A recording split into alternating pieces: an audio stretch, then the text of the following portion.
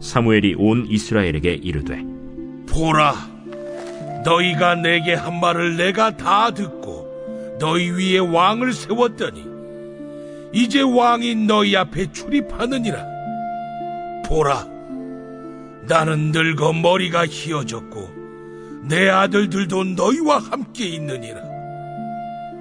내가 어려서부터 오늘까지 너희 앞에 출입하였거니와 내가 여기 있나니 여호와 앞과 그의 기름 부음을 받은 자 앞에서 내게 대하여 증언하라.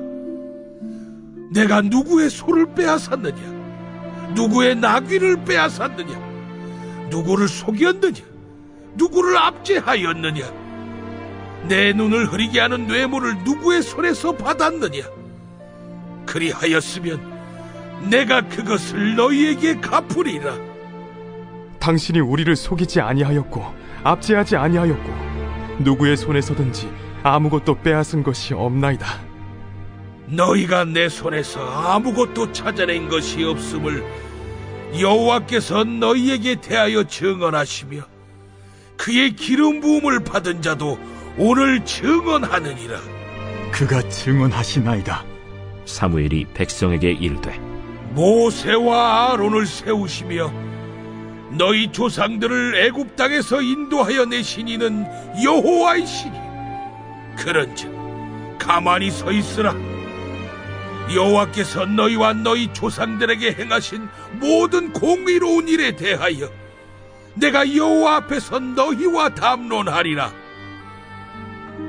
야곱이 애굽에 들어간 후 너희 조상들이 여호와께 부르짖음에 여호와께서 모세와 아론을 보내사 그 두 사람으로 너희 조상들을 애굽에서 인도해내어 이곳에 살게 하셨으나 그들이 그들의 하나님 여호와를 잊은지라. 여호와께서 그들을 하솔 군사령관 시스라의 손과 블레셋 사람들의 손과 모압 왕의 손에 넘기셨더니 그들이 저희를 치매 백성이 여호와께 부르짖어 이르되 우리가 여호와를 버리고 바알들과 아스타롯을 섬김으로 범죄하였나이다. 그러하오나 이제 우리를 원수들의 손에서 건져내소서. 그리하시면 우리가 주를 섬기겠나이다 하매 여호와께서 여룻바알과 베단과 입다와 나 사무엘을 보내사 너희를 너희 사방 원수의 손에서 건져내서 너희에게 안전하게 살게 하셨거늘 너희가 암몬 자손의 왕 나하스가 너희를 치러 옴을 보고 너희의 하나님 여호와께서는 너희의 왕이 되심에도 불구하고 너희가 내게 이르기를 아니라 우리를 다스릴 왕이 있어야 하겠다 하였도다. 이제 너희가 구한 왕, 너희가 택한 왕을 보라. 여호와께서 너희 위에 왕을 세우셨느니라. 너희가 만일 여호와를 경외하여 그를 섬기며 그의 목소리를 듣고 여호와의 명령을 거역하지 아니하며 또 너희와 너희를 다스리는 왕이 너희의 하나님 여호와를 따르면 좋겠지만 너희가 만일 여호와의 목소리를 듣지 아니하고 여호와의 명령을 거역하면 여호와의 손이 너희의 조상들을 치신 것 같이 너희를 치실 것이라. 오늘 이제 본문 사무엘상 12장은 이제 사무엘이 그동안 이스라엘을 통치했던 이 사사로서 공식적으로 이제 은퇴하는 부분을 다룬 장면입니다. 사무엘은 공식적으로 이스라엘을 통치하는 사사의 직분을 사명을 더 이상 감당하지 않고 이것은 이제 왕에게 이양을 합니다. 사울 왕에게 이양을 하고 그러면 아예 사무엘이 다 이제 은퇴해서 물러서느냐? 그거는 아닙니다. 사무엘은 이제는 왕을 향한 예언자의 사명을 감당하게 됩니다. 그래서 사울 왕이 하나님의 뜻대로 통치를 온전히 하지 못할 때 사울 왕을 책망하기도 하고 또 하나님의 인도하심에 대한 하나님의 신탁의 말씀을 사울 왕에게 전해주기도 하시죠. 그러나 이제 공식적인 사사, 통치자, 왕의 역할은 이제 여기까지 끝나고 이제 물러갑니다. 자, 이제 마지막으로 사무엘이 이스라엘 백성들을 향하여 그동안 본인의 사역을 회고하면서 앞으로의 부탁의 말을 전합니다. 자, 1절에 사무엘이 온 이스라엘에게 이르되 그러죠. 자, 이게 일어난 장소가 11장 15절을 보면 길갈이라고 되어 있습니다. 길갈. 길갈은 이스라엘 백성들이 요단강을 건너서 출애굽 이후에 약속의 땅에 처음 들어가서 진을 친 곳. 길갈. 그러니까 요단강을 건너면 그 요단강 밑에 사해로 들어가기 전에 넓은 분지 지역이 있습니다. 넓은 평원. 그 지역에 거기서 조금 더 올라가면 이제 여리고가 나오죠. 여리고 아주 오래된 고대의 성읍입니다. 그래서 이 여리고에 가기 전에 이 길갈, 여기가 이스라엘 백성들이 요단강을 건너서 가나안 정복 전쟁을 시작하기 전에 모든 백성들이 다 할례를 받았던 곳입니다. 그러니까는 하나님과 새로운 언약으로 새 출발을 시작한 장소, 거기에서 이제 사무엘이 온 백성을 모아서 이야기를 합니다. 자, 너희가 내게 한 말을 듣고 내가 다 듣고 너희 위에 왕을 세웠더니 이제 왕이 너희 앞에 출입하느니라, 이렇게 얘기를 합니다. 자, 너희 앞에 출입하느니라, 이제는 이 왕이 너희와 함께 동행하느니라, 이런 뜻입니다. 자, 나는 늙어서 머리가 휘어졌고 내 아들들도 너희와 함께 있느니라. 내가 어려서부터 오늘까지 너희 앞에 출입하였거니와, 자, 출입했다는 건 너희와 늘 함께 동행하며 사역을 감당하였거니와 내가 여기 있나니 여호와 앞과 그의 기름 부음을 받은 자 앞에서 내게 대하여 증언하라. 자, 이러면서 이제 본인의 사역을 돌아보며 혹시 이제 본인이 이제 이스라엘의 사사로서 잘못한 것이 있는지, 부정부패를 저지른 것이 있는지, 이것들을 따지며 묻기 시작합니다. 3절 중반에 보면 내가 누구의 소를 빼앗았느냐, 누구의 나귀를 빼앗았느냐, 누구를 속였느냐, 누구를 압제했느냐, 내 눈을 흐리게 하는 뇌물을 누구의 손에서 받았느냐, 그리하였으면 내가 그것을 너희에게 갚으리라. 자, 그러자 이스라엘 백성들이 뭐라 그럽니까? 당신이 우리를 속이지 아니하였고 압제하지 아니하였고 누구의 손에서든지 아무것도 빼앗은 것이 없나이다, 라고 얘기를 하죠. 자, 이렇게 이야기한 이유는 사실 이제 앞으로 왕 한 사람에게 권력의 힘이 집중될 때 일어나는 이제 증상 때문에 그렇습니다. 이제 왕 한 사람에게 권력이 집중되면 이제 위험해지죠. 바른 판단을 하지 못하고 자기의 소견에 옳은 대로 하다 보면 왕의 초점과 하나님의 초점이 달라질 수 있죠. 그런 면에서 사사의 통치 시대는 하나님으로부터 직접적인 이 말씀을 받고 이스라엘을 통치하기 때문에 자기 소견대로 끌고 갈 수 있는 이 여지들이 훨씬 적어집니다. 평소 평안할 때는 사사에게 권력이 집중되지 않지요. 그런데 이제 평소에 왕 한 사람에게 집중이 되면 왕 한 사람에게 권력이 집중이 되고 또 왕이 부릴 수 있는 군사도 있고 또 매해 거둬들이는 세금, 조공도 있고 이러니까 왕이 이게 힘이 자꾸 집중되고 물질도 집중되다 보면은 얼마든지 타락의 가능성이 있다는 것입니다.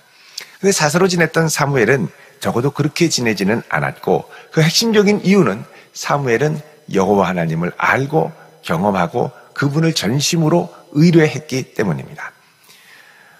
우리도 우리 눈에 보이는 것들이 많아지기 시작하고 여유가 있다고 생각할 때 사실 절박함이 사라지죠.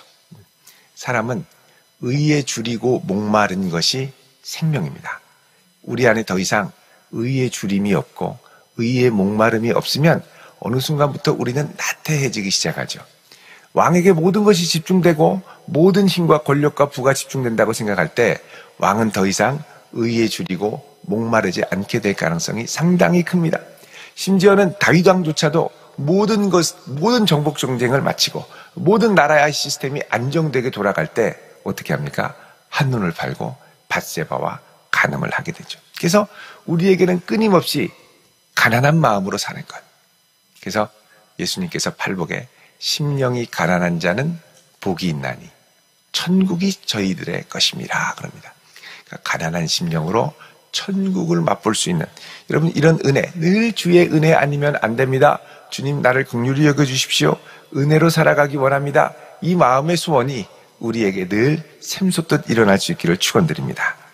자, 사무엘이 그동안 오직 하나님 앞에서 자신의 사역을 충실히 감당을 하다가 이제 마지막 은퇴 때 이들에게 내가 이렇게 잘못이나 비리를 저지른 것이 있느냐 물어보니까 백성들이 아무것도 없습니다.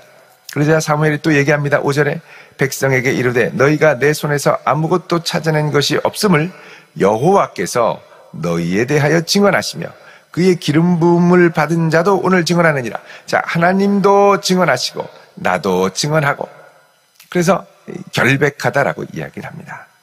자, 그러면서 이제 이 사무엘은 6절부터 15절까지 그동안 하나님이 베푸신 은혜로 어떻게 왔는가를 회고합니다. 항상 이 역사를 회고하는 작업이 중요하죠.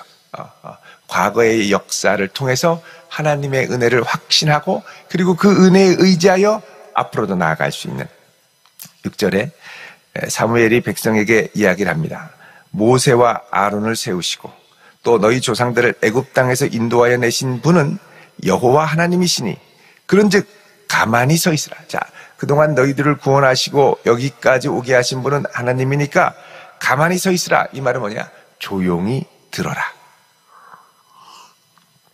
너희는 가만히 있어 내가 하나님 됨을 알지어다 라고 말씀하죠. 하나님이 행하시는 것들을 조용히 듣고 귀 기울여라.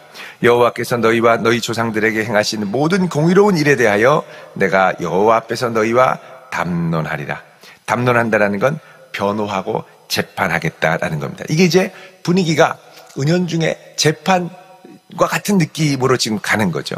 사무엘이 공식 은퇴를 하는데 이제 감사원에서 감사하듯 하나님이 증인이 되셔서 그리고 백성들이 증인이 되셔서 내가 여태까지 너희들 앞에 잘못한 것이 있느냐라고 이야기를 하고요. 또 다른 나라는 이제 자기 자신에 대해서 결백하다라는 게 이제 입증이 되니까 그 다음에는 하나님을 이스라엘 백성들 앞에 이제 세웁니다. 자, 하나님께서 너희들에게 베푸신 은혜, 이 하나님의 은혜가 어떠하느냐? 하나님이 불의하시냐? 하나님이 자비가 없으시냐? 자, 이렇게 이제 물어보는 거죠. 자, 8절에 야곱이 애굽에 들어간 후에 너희 조상들이 여호와께 부르짖음에 하나님께서 모세와 아론을 보내사 그 두 사람으로 너희 조상들을 애굽에서 인도해내어 이곳에 살게 하셨으나 하나님의 은혜로 너희들을 지금까지 인도했지만 문제는 뭐냐? 그들이 하나님 여호와를 잊은지라 그럽니다. 하나님을 잊으니까 하나님이 하솔, 시스라, 블레셋, 모압 왕의 손에 너희들을 넘겼다 그러죠. 여기는 다 이제 어디에서 나온 거냐면 하솔 군사령관 시스라의 손, 요거 이제 바락이거든요. 드보라 이야기거든요.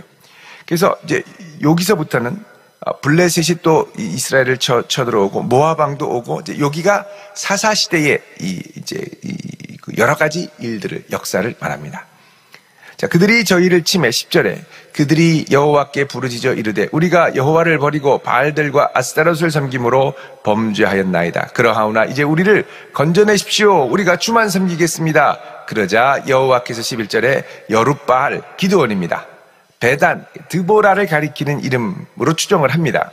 입다, 그리고 나 사무엘을 보내사 너희를 너희 사방 원수의 손에서 건져내사 너희에게 안전하게 살게 하셨거늘.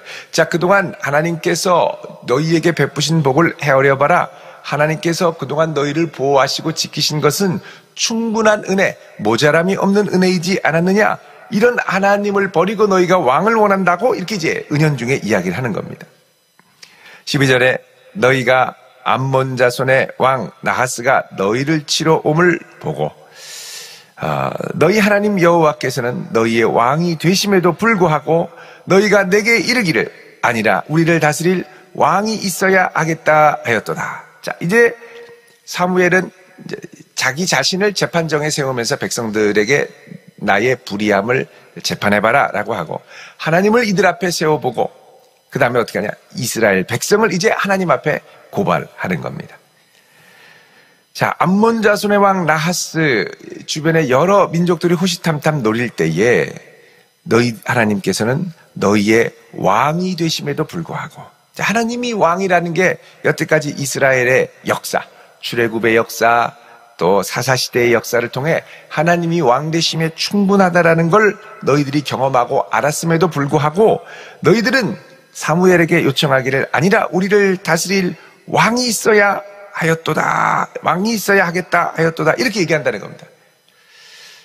하나님이 왕이 되심에도 충분한데 왜 또 다른 왕을 요구하냐는 것이죠. 13절 이제 너희가 구한 왕은 간절히 왕을 달라고 구하라 할 때 이 구한 왕입니다. 너희가 택한 왕을 보라. 여호와께서 너희 위에 왕을 세우셨느니라. 이렇게 얘기를 하죠. 그러니까 이게 사무엘의 마음이 아주 좀 찜찜한 겁니다. 왕을 어떻게든 세운다는 게 불편한 거죠. 14절에 너희가 만일 여호와를 경외하여 그를 섬기며 그의 목소리를 듣고 여호와의 명령을 거역하지 아니하며 또 너희와 너희를 다스리는 왕이 너희 하나님 여호와를 따르면 좋겠지만은 너희가 만일 여호와의 목소리를 듣지 않고 여호와의 명령을 거역하면 여호와의 손이 너희 조상들을 친 것 같이 너희를 치실 것이다. 여러분 지금 사무엘이 경고하는 이 이야기를 보면 왕의 포션, 왕이 차지하는 비중이 아주 낮다라는 걸 알 수 있습니다. 너희들이 여호와를 경외하고 그의 목소리를 듣고 그의 명령을 거역하지 않고 그 다음에 뭐라 그럽니까? 너희와 너희를 다스리는 왕이 여호와를 따르면 좋겠지만 왕은 딱 한마디 나오는 겁니다. 자, 그러니까 이 왕은 어떤 존재냐? 백성들과 함께 여호와의 목소리를 듣고 따르는 존재, 듣고 순종하는 존재. 14절에도 여호와를 경외하여 그를 섬기며 그의 목소리를 듣고 그러죠. 듣고 그 다음에 따르는 존재, 순종하는 존재가 바로 왕이라는 겁니다. 그러나 너희들이 여호와의 목소리를 듣기를 거부하고 그에게 순종하기를 거역하면 하나님이 너희들을 치실 것이다. 그러죠. 그래서 여러분 지금 이스라엘 백성들에게 정말 필요한 건 왕이신 하나님을 의지하고 그의 음성을 듣고 따라가는 것이지 왕이 있다는 것으로 절대 안심하고 절대 마음 놓지 말아야 한다는 겁니다. 여러분 진짜 피난처는 하나님이십니다. 진짜 피난처는 하나님이십니다. 우리가 만일을 대비해서 뭐 이런저런 보험도 들고 건강보험도 들고 이렇게 합니다만 그건 사실 아플 때를 대비한 거죠. 사고가 났을 때. 그 이전에 하나님이 우리를 지키고 보호해 주시지 않으면 일이 터지고 나면 물론 보험의 혜택을 받습니다만 고치고 수술하고 이 과정 자체는 힘든 과정입니다. 마찬가지로 이스라엘 백성들이 하나님께 왕을 달라고 왕이 있어야 우리가 좀 안정되겠다고 하지만 사실 그 핵심에 여호와 하나님의 말씀을 듣지 않고 순종하지 않고 자기 소견대로 행하고 나면 왕이 있어야 아무 소용없다는 겁니다. 결국은 여호와께서 이들을 붙드시고 인도해 주셔야 되는데 이들이 왕이 세웠다는 이유로 왕이 있다는 이유로 든든하게 생각해서 자기 소견에 오른 대로 살면 안 되는 거죠. 나는 생명보험 5개나 들었어. 그렇다고 막 먹고 건강 함부로 해치게 살면 안 되죠. 건강해야 됩니다. 만일을 대비해서 그렇게 한 거죠. 여러분 우리에게 왕이 있다고 해서 우리의 영적 안위가 100% 든든하게 보존되느냐? 아니라는 겁니다. 결국 이스라엘 백성들이 느끼는 위기 그리고 번영의 본질은 왕의 유무가 아니라 여호와 하나님을 왕으로 모시고 있느냐 아니냐가 본질이라는 것이죠. 그 본질을 제대로 알고 지금부터 따라가야지. 그런 면에서 이 왕이라는 존재는 잘할 때는 좋지만 좋지 않을 때는 하나님 앞에 걸림돌, 이스라엘의 걸림돌이 됩니다. 왕이 한번 타락하고 모든 국가에 집중된 부와 힘과 군사력을 타락한 곳으로 끌고 가면 다 망하는 거죠. 차라리 이럴 때 왕이 없는 게 낫습니다. 사사가 나타나서 외치고 회개하게 하는 게 낫죠. 위기의 본질, 너희들의 인생의 본질은 하나님이 함께 하시느냐 함께 하시지 않느냐, 하나님께 순종하느냐 순종하지 않느냐가 중요하기 때문에 그렇습니다. 여러분 특별히 이 이스라엘 백성들은 하나님 앞에 언약 백성이죠. 언약 백성. 언약 백성의 핵심은 뭐냐면 이 계약과 언약이 차이가 있는데 계약은 쌍무 간에 서로 간에 원하는 것, 조건이 있는 거죠. 내가 이걸 해주면 너희도 이 사람도 그에게 무엇을 해준다. 그래서 A와 B의 쌍무적인 의무가 한쪽이 파기하면 끝나는 겁니다. 그러니까 조건을 이용해서 목적을 위해 서로 존재하는 거죠. 그런데 언약은 뭐냐? 서로에게 목적, 수단이 아닌 존재가 되어주는 겁니다. 이렇게 출애굽할 때 하나님이 이스라엘 백성들에게 뭐라 그러죠? 나는 너희의 하나님이 되고 너희는 내 백성이 될 것이라. 서로에게 하나님이 되어주시고 백성, 그의 기르시는 양이 되어주는 관계, 존재의 관계로 맺어지는 것이 언약이죠. 그러니까 세상 끝날까지 함께하고 지키고 보호하려고 하시는 겁니다. 자녀와 부모의 관계도 서로에게 존재가 되어주는 거죠. 엄마가 되어주고 아빠가 되어주고 내 사랑하는 자녀가 되어준다는 건 그냥 밖에 나가서 회사나 아니면 사업을 할 때 고객과 주인으로 만나는 그런 관계와는 본질적으로 다릅니다. 왜냐하면 존재적인 관계이기 때문에 그렇습니다. 그러니까 지금 하나님께서는 나는 너희들을 여태까지 나의 주인으로, 왕으로 알고 너희들을 인도해 왔는데 내가 주인이 아니라 왕을 세워 다른 주인을 세운다는 것 자체가 불편하신 겁니다. 이 언약적 관계에는 서로에게 존재가 되어줄 때 나타나는 것이 뭐냐면 상호 간의 관계가 서로 간의 배타적인 관계, 제3자에 대해서는 배타적인 관계가 되는 겁니다. 그래서 신랑과 신부 사이에 사랑하는 신부, 사랑하는 신랑이 되면 배타적인 관계로 들어가죠. 여기 제3자가 그 관계에 끼어들 수 없습니다. 왜? 언약 관계이기 때문에 다른 사람, 애인이 생겼어요, 남자친구가 생겼어요, 여자친구가 생겼어요, 이게 안 된다는 거죠. 이 언약이라는 것 자체가 서로 간에 제3자가 들어올 수 없는 배타적인 관계로 형성이 되는 게 언약입니다. 하나님께서는 이스라엘 백성을 언약 백성으로 삼으셔서 여기까지 왔는데 이제 사사시대의 사무엘을 통해서 놀라운 구원 역사를 베푸시려고 하는데 문제는 뭐냐? 하나님의 구원 역사가 일어나려고 하는데 제3자인 왕을 끌어들이려고 한다는 거죠. 근데 이제 왕에게 걱정되는 건 뭐냐? 왕에게 가시적인 힘과 능력과 군사력이 집중되니까 그를 따르게 되고 왕은 가시적인 힘과 군사력을 추구하다 보니 더 큰 군사력, 더 큰 힘, 그럼 어떻게 됩니까? 더 큰 나라와 전략적 제휴를 맺게 되고 제휴를 맺게 되면 자연스럽게 들어오는 게 뭐냐? 우상이 들어옵니다. 왜냐하면 우상은 그 당시에 그 지역을 통치하는 신이었기 때문에 여호와는 광야의 신이었지 가나안에 들어오면 가나안 신의 법도를 따라야 성공하고 승승장구한다고 생각한 것이죠. 그래서 그 법을 따르면서 여호와를 버리는 겁니다. 그러니까 하나님이 이거를 염려하신 거죠. 실제로 이대로 이제 앞으로 열왕기 상하의 역사까지 이스라엘이 멸망할 때까지 계속되는 겁니다. 위기의 본질은 뭐냐? 하나님과 이스라엘 사이의 배타적인 언약적 관계에 항상 제3자인 우상이 들어오고 그 우상을 허용할 때 하나님과 이스라엘 관계는 어그러지고 깨지게 되는 것이죠. 자, 이제 사무엘은 이스라엘 백성들에게 마지막 이 염려를 이야기하고 이제 사사의 직분에서 은퇴하게 됩니다. 끝까지 하나님 앞에 신실하게 섰던 사무엘과 같은 왕이 이제부터 나와야 되는데 안타깝게도 사울왕은 그렇게 되지 못하게 되죠. 여러분, 하나님을 일평생 나의 하나님으로, 나의 주인으로 섬길 수 있는 성도 될 수 있기를 바랍니다. 하나님과 나 사이에 다른 게 끼어들어오면 안 되고요. 온전한 나의 주님으로 사랑하며 섬기는 복된 성도 되시기를 주의 이름으로 축원드립니다. 기도하겠습니다. 거룩하신 아버지 하나님, 사무엘의 마지막 은퇴의 설교 가운데 오직 여호와 하나님만을 섬기기를 바라는 간절한 바람과 마음을 저희들이 읽었습니다.